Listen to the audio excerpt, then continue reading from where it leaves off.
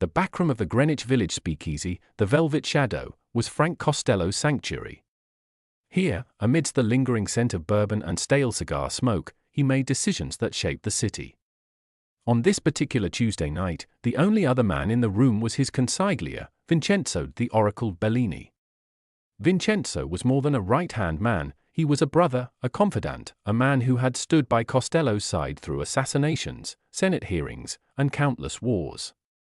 He was carefully polishing a custom-made humidor, his movements precise and calm. Costello watched him, a faint smile playing on his lips, as he meticulously rolled a new Cuban cigar between his fingers. The jazz music from the main bar was a soft, melancholic hum, masking the tension that was about to erupt. Costello took a long drag from his cigar, the cherry burning bright in the dim light, and then slowly exhaled a plume of smoke that hung heavy in the air between them. "Beautiful night, eh, Vincenzo?" Costello's voice was a low, smooth purr, almost conversational. Perfect for a quiet chat between old friends, Vincenzo nodded, his face impassive, as he placed the humidor on the polished mahogany table. "Indeed, Frank. The city sleeps. Only we remain awake." Costello's smile widened, but his eyes, usually warm and knowing, had turned to chips of ice. He reached into his own breast pocket. Not for a cigar, but for a small, gleaming object. It was a miniature microphone, no bigger than a thumbnail, intricately wired and clearly designed for discreet recording. He placed it gently on the table, right next to Vincenzo's hand. The jazz music seemed to stop, swallowed by the sudden, suffocating silence. Vincenzo's hand, which had been so steady, froze. His eyes, for the first time in 20 years, flickered with raw, unadulterated terror. He looked at the device, then at Costello, and the blood drained from his face, leaving it the color of stale ash. The betrayal was laid bare, chillingly, unequivocally, on the polished wood. Costello didn't raise his voice. He didn't scream. He simply leaned forward, his elbows resting on the table, his gaze drilling into Vincenzo's very soul. "The Oracle, they call you," Costello said, his voice a lethal whisper that barely carried beyond their table. "Because you always know what's coming. Tell me, Vincenzo, did you see this coming? Did you see the moment your brother, your oldest friend, would pull this out of his own jacket, because you piece of garbage, planted it there yourself?" Vincenzo tried to speak, but his throat had constricted. He swallowed hard, his eyes darting frantically around the room, as if searching for an escape that didn't exist. The two hulking shadows standing by the back door, Costello's personal enforcers, hadn't moved an inch, but their mere presence was a suffocating weight. Vincenzo knew there was no way out. The betrayal was complete, but the consequences had just begun. If you are watching this and you realize that the most brutal betrayals are never about money or power, but about the tearing apart of trust between men who once swore on each other's lives, then you are beginning to understand the true cost of this game. Most leaders rage when they discover a traitor. But the truly dangerous ones? They turn the betrayal into a surgical strike, using the traitor's own tools against them. We are dissecting a moment where decades of loyalty are incinerated in a single, silent second. If you want to learn how to identify the hidden enemies within your closest circle, how to turn a wiretap into a weapon against its owner, then you are exactly where you need to be. Hit that subscribe button right now to join the elite strategists who see through the smoke and mirrors. Like this video to show that you recognize the chilling genius of the Prime Minister's counterplay. And I want you to go to the comments right now and type deepfake in all caps. Let's see who among you understands that truth is merely a tool in the hands of a master. Now, let's go back to that table, where Vincenzo Bellini was about to receive an offer far worse than death. Costello picked up the tiny microphone between his thumb and forefinger, examining it with a detached curiosity. "A fine piece of work, Vincenzo," he murmured, almost admiringly. "State of the art. Designed to pick up every whisper, every nuance. So, tell me, my friend, for whom have you been whispering? For Vito Genovese? For the feds? Or did you think you could just become the new Oracle and run things yourself once I was gone?" He placed the mic back on the table, pushing it closer to Vincenzo. Here's how this is going to work. You are going to pick up that microphone. You are going to speak into it. And you are going to tell whoever is listening exactly what I tell you to say. You will confess everything, the names, the plans, the dates, the locations. You will paint a picture so damning that Vito Genovese will wish he never saw the light of day. And if you refuse, Vincenzo? If you even hesitate for a second? I will cut out your tongue right here, right now, and then I will send it, carefully packaged, to your wife and children before they even realize you're missing. The choice is yours: speak for me, or die a silent, meaningless death while your family suffers for your greed. Vincenzo's body was racked by a violent tremor. He looked at Costello, his eyes pleading, desperate, searching for any flicker of the old friendship, any sign of mercy. But there was nothing. Only the cold, hard glint of absolute resolve. He knew Costello wasn't bluffing. He had seen the Prime Minister make good on worse threats. The choice was agonizing, but brutally simple: betray his new masters, or condemn his family to an unthinkable fate. He slowly, agonizingly, reached for the microphone. His hand was shaking so badly that he almost knocked it off the table. He picked it up, the tiny device feeling like a lead weight in his trembling fingers. He lifted it to his mouth, his lips barely able to form words. "Good," Costello said, a ghost of a smile returning to his face. "Now, let's make some music, Vincenzo. And remember, every word counts. Start with Vito Genovese's meeting with the commission members last week. The one where he proposed my retirement's plan." And then, in the heart of the velvet shadow, Vincenzo Bellini began to speak. His voice was a choked, broken whisper at first, but under Costello's relentless gaze, it gained a horrifying clarity. He detailed every treacherous plan, every bribe, every dirty secret of the Genovese faction. He exposed the identities of corrupt judges, compromised police officials, and loyalists who had been secretly turned. He even confessed his own role, meticulously laying bare the depths of his betrayal, painting a picture so complete and so damning that the listener on the other end would have no choice but to believe every single word. Costello listened, occasionally interjecting with a precise question, guiding Vincenzo through the labyrinth of lies he had helped create. Every name, every date, every location was carefully catalogued, woven into a tapestry of undeniable evidence that would shatter Genovese's entire operation. When Vincenzo finally finished speaking, his voice was raw, his body drenched in sweat, his eyes hollow. He dropped the microphone back onto the table, the small thump echoing like a gunshot in the silent room. He looked at Costello, expecting the final, merciful bullet. But Costello just took another slow drag from his cigar. "Excellent work, Vincenzo," Costello said, the smile now genuine, but utterly chilling. "A masterpiece. Now, tell me, my friend, when you walk out of here, what will you tell Vito Genovese? What will you tell the men who sent you to spy on your own brother?" Vincenzo stared at him, his mind completely broken. He had nothing left. He was a ghost, a shell of the man he once was. He had just delivered the eulogy for his own life, and the Prime Minister had conducted the service. Costello stood up, walked to the back door, and signaled to his shadows. "Vincenzo will be leaving through the service exit," he announced, his voice carrying just enough to be heard in the main bar. "He's had a long night. Make sure he gets home safely." He turned back to Vincenzo, his eyes holding a final, terrifying message. "Go home, Vincenzo. And live with what you've done. That, my friend, is your real punishment. You'll be seeing my face in every shadow for the rest of your miserable life."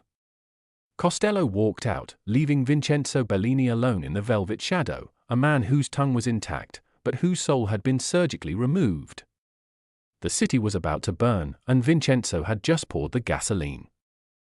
The silence left in the wake of Frank Costello's exit from the velvet shadow was more violent than any gunshot. Vincenzo Bellini sat at the mahogany table, his eyes fixed on the tiny microphone that had just captured the death warrant of an entire empire.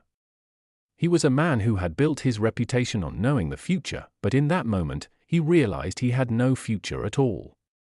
The two shadows by the door didn't move toward him with garrotes or knives. Instead, one of them, a man named Rocco with a face like scarred granite, walked over and picked up the recording device with the delicacy of a jeweler. He looked at Vincenzo, not with hatred, but with a pity that was far more insulting. "The boss said you're free to go, Oracle," Rocco rumbled. "But you might want to take the long way home." The city just became a very small place for a man with a loud mouth. Vincenzo stood up, his legs feeling like they were made of water, and stumbled toward the service exit. He was alive, but as he stepped into the freezing New York drizzle, he realized that Costello hadn't given him his life, he had given him a front-row seat to his own extinction. While Vincenzo wandered the rain-slicked streets of the village like a ghost, the recording was already doing its work. Frank Costello didn't take the tape to the police, and he didn't take it to the district attorney. He knew that in a city built on corruption, the law was a slow and blunt instrument. Instead, Costello performed a surgical broadcast.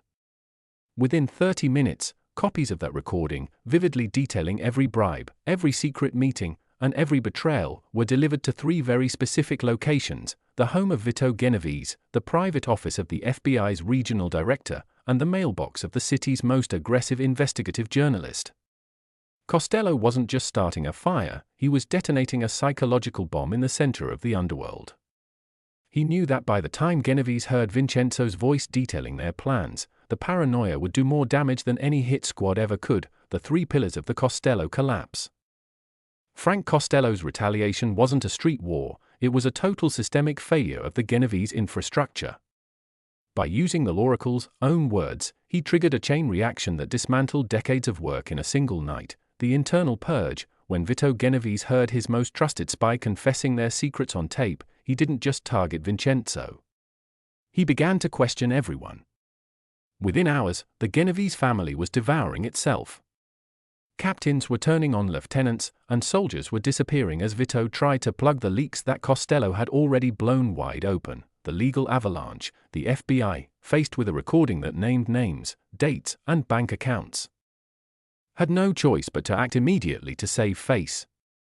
By 4 a.m., federal agents were kicking in the doors of judges and politicians who thought they were untouchable. The protection Genovese had paid millions for vanished in a cloud of search warrants, the street vacuum, with the leadership of the Genovese faction either in hiding, in handcuffs, or in the ground. Costello's loyalists moved in. They didn't fire shots, they simply took over the contracts. The unions, the docks, and the gambling dens all shifted back to the Prime Minister because he was the only one left standing who could guarantee order. Power isn't about how many men you can kill. It's about how many men you can make realize that killing you is the most expensive mistake they'll ever make. You don't fight the traitor, you make the traitor the reason the entire enemy army surrenders. If you are watching this and you are beginning to realize that the ultimate weapon isn't lead, but information, then you are finally understanding why Frank Costello was the most feared man in the history of the Mafia.